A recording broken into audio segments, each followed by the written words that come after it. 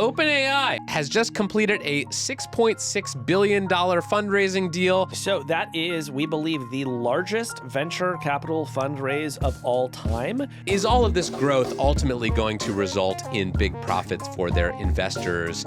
Or is OpenAI the kind of company that will just keep burning cash until they run out? Well, Casey, from time to time, we like to update our listeners on some stories that we've covered in the past that have had some new developments in a segment we call System Update. What's happening in the news, Kevin? So the first system update is that OpenAI, a company we've talked about once or twice on this show, has just completed a $6.6 billion fundraising deal that nearly doubles the company's valuation from just 9 months ago. The new round was led by Thrive Capital. Lots of other participants in this fundraising round: Microsoft, NVIDIA, SoftBank, MGX, which is the sort of sovereign wealth fund of the United Arab Emirates, but notably not Apple, which backed away and declined to invest in OpenAI's most recent round, according to reports. Yeah, and there are many reasons why companies decide not to invest in things like this. Maybe they didn't like the financials. Maybe they had concerns about the product roadmap. But of course, you can't help but wonder whether Apple looked at the steady stream of departures out of OpenAI over the past year and thought, maybe we don't want to put our eggs in that basket. So, Casey, you've been covering tech startups and fundraising for a long time. How does $6.6 billion in fundraising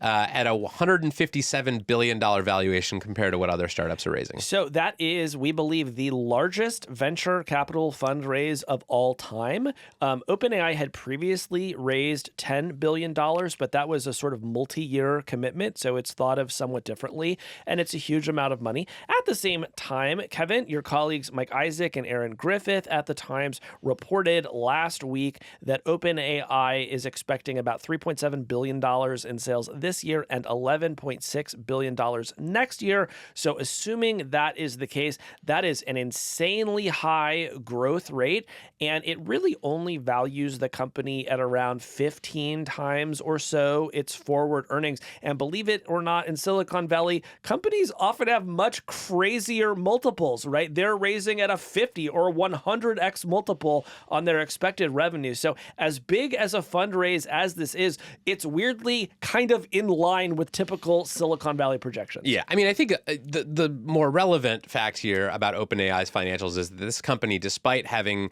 had huge success with ChatGPT and making billions of dollars in revenue, is still burning through cash at just a phenomenal rate. So they're projected to lose something like $5 billion this year.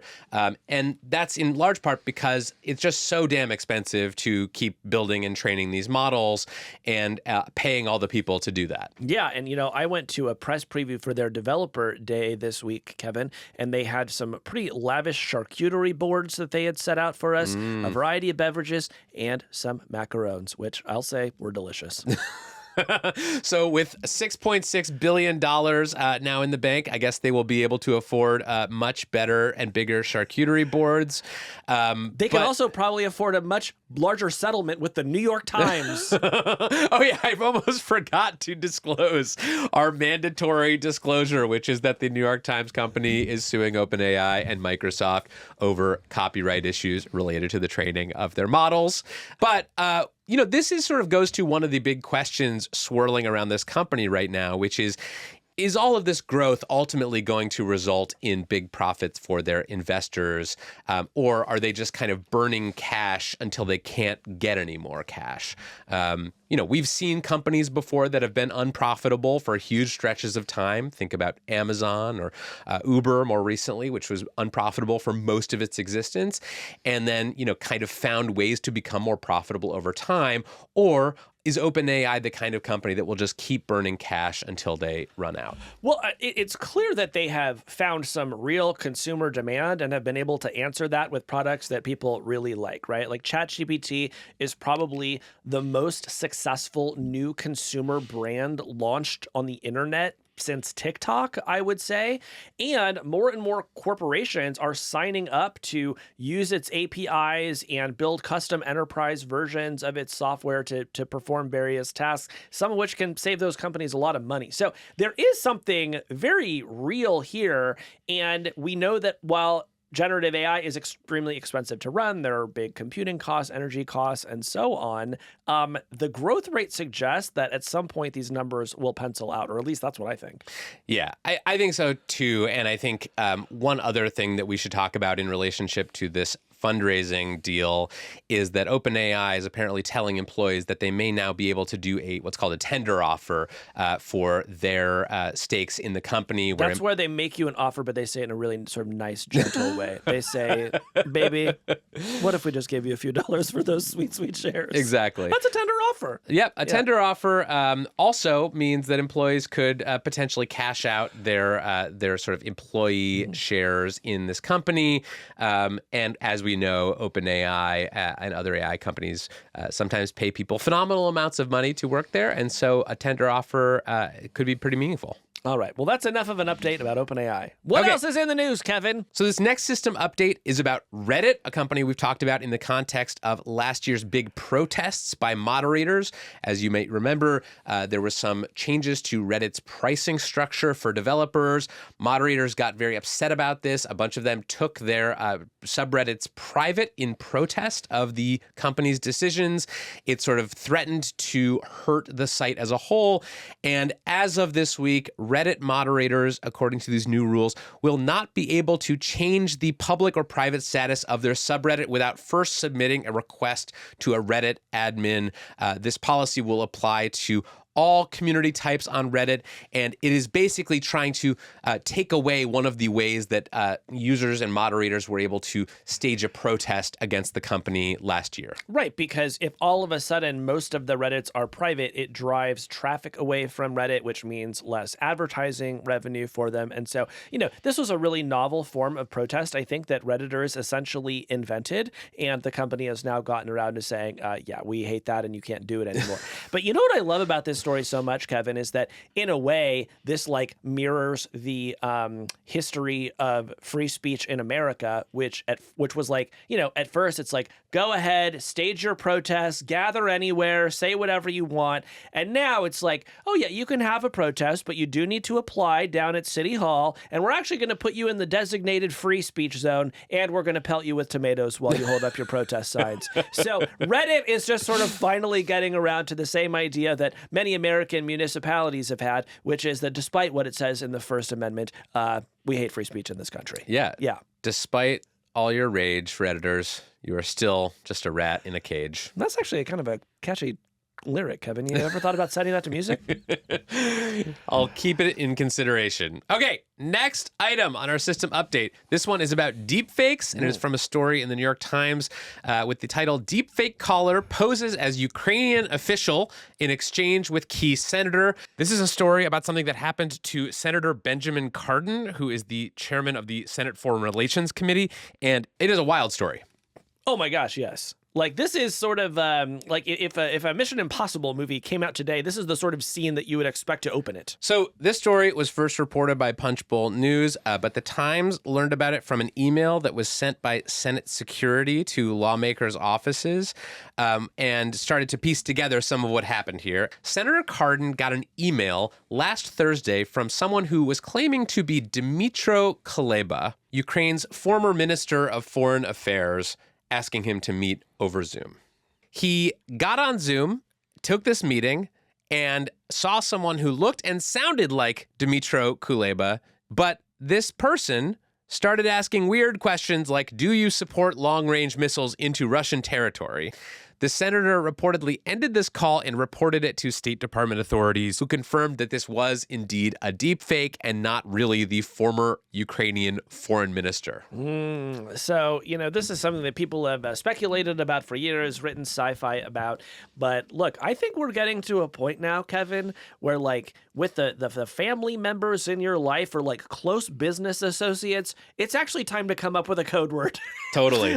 Have a code word, and if you get invited to a Zoom and the conversation takes a sort of suspicious turn, and certainly if ever any of my friends asked me about long-range missiles into Russian territory, I would get suspicious.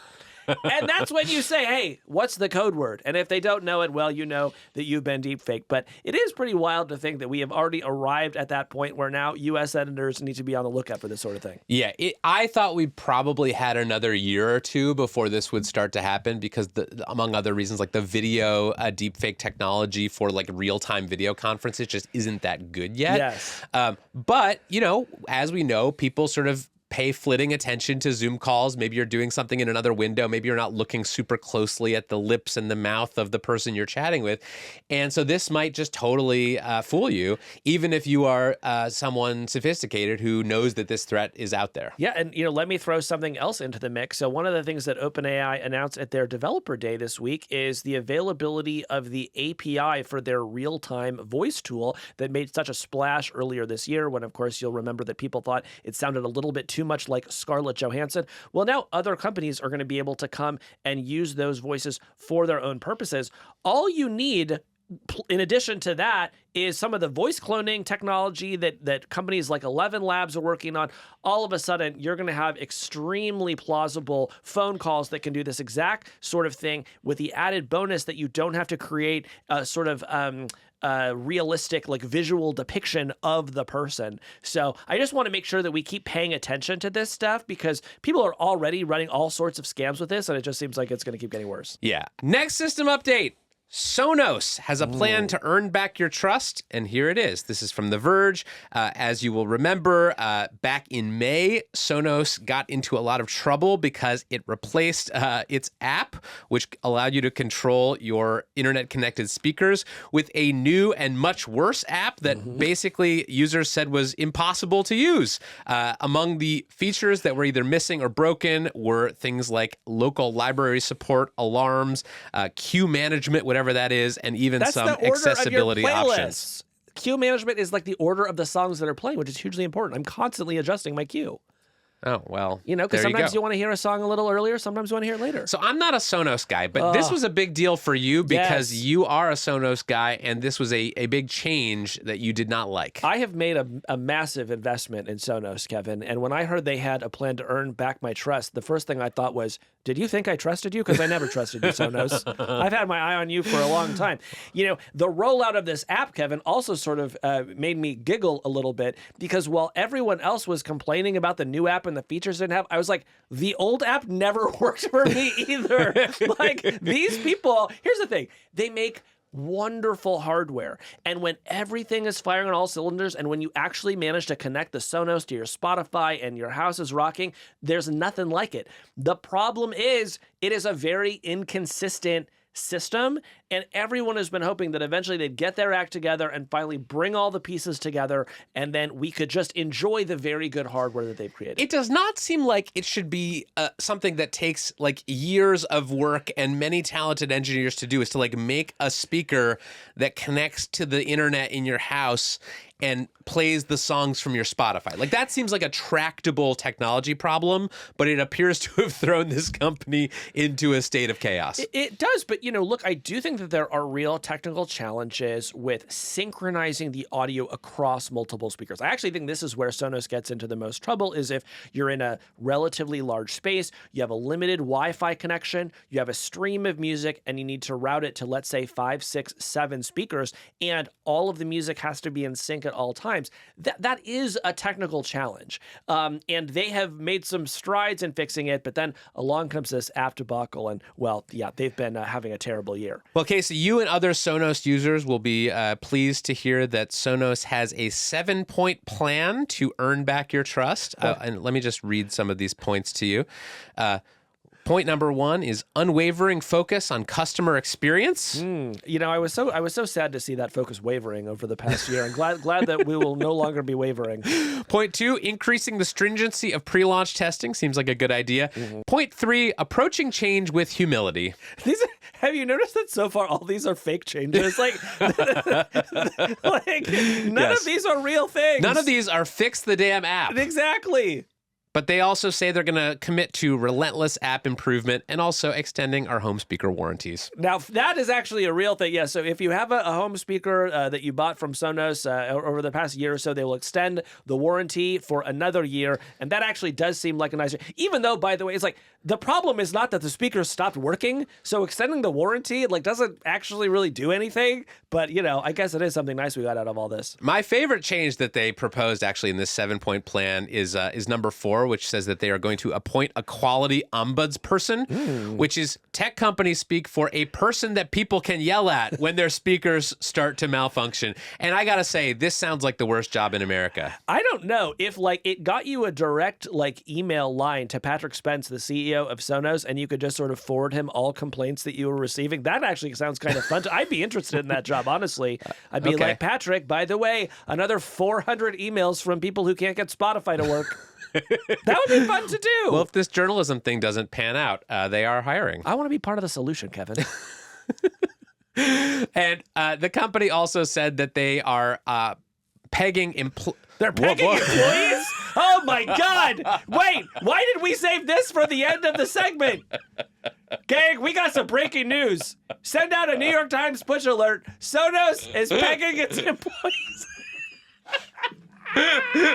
Wow, I really stepped into that one. Wow. Woo! Just when they had a plan to earn back my trust. Talk about an unwavering focus on the customer experience. We're going to use all of this, by the way. Yeah, this is staying in. This is staying in. Yeah.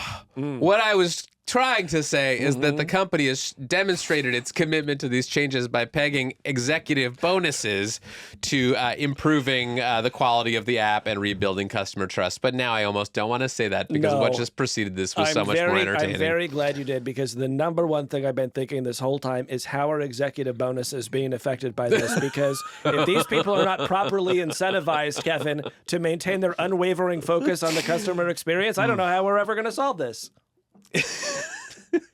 I think we should implement a quality ombudsperson for the Hard Fork podcast. Sure. Come at me, bro. Yeah. Yeah. Is that you? Well, look, let me just say, we do read the emails that are sent to us, and we're hearing the feedback loud and clear. Yeah. Which is that you would rather be listening to a different podcast. I don't know why you emailed that to us, but you did. So thank you. We did get one email this week that I thought was very nice, which was from a person who said, because we did that whole thing on the show last week about the hot Kevin Roose from the Netflix documentary, and there was someone who wrote in who said a very nice thing, which was that actually the real Kevin Roose is the hot Kevin Roose. Oh, and I appreciated that. That is very nice. You know, we do have nice listeners. Yeah. Yeah. Hey, that's the end of this clip. If you liked what you saw, head on over to our page and subscribe, and you can get the full podcast. We do a show like this almost every week on tech and the future. Head on over there now and subscribe.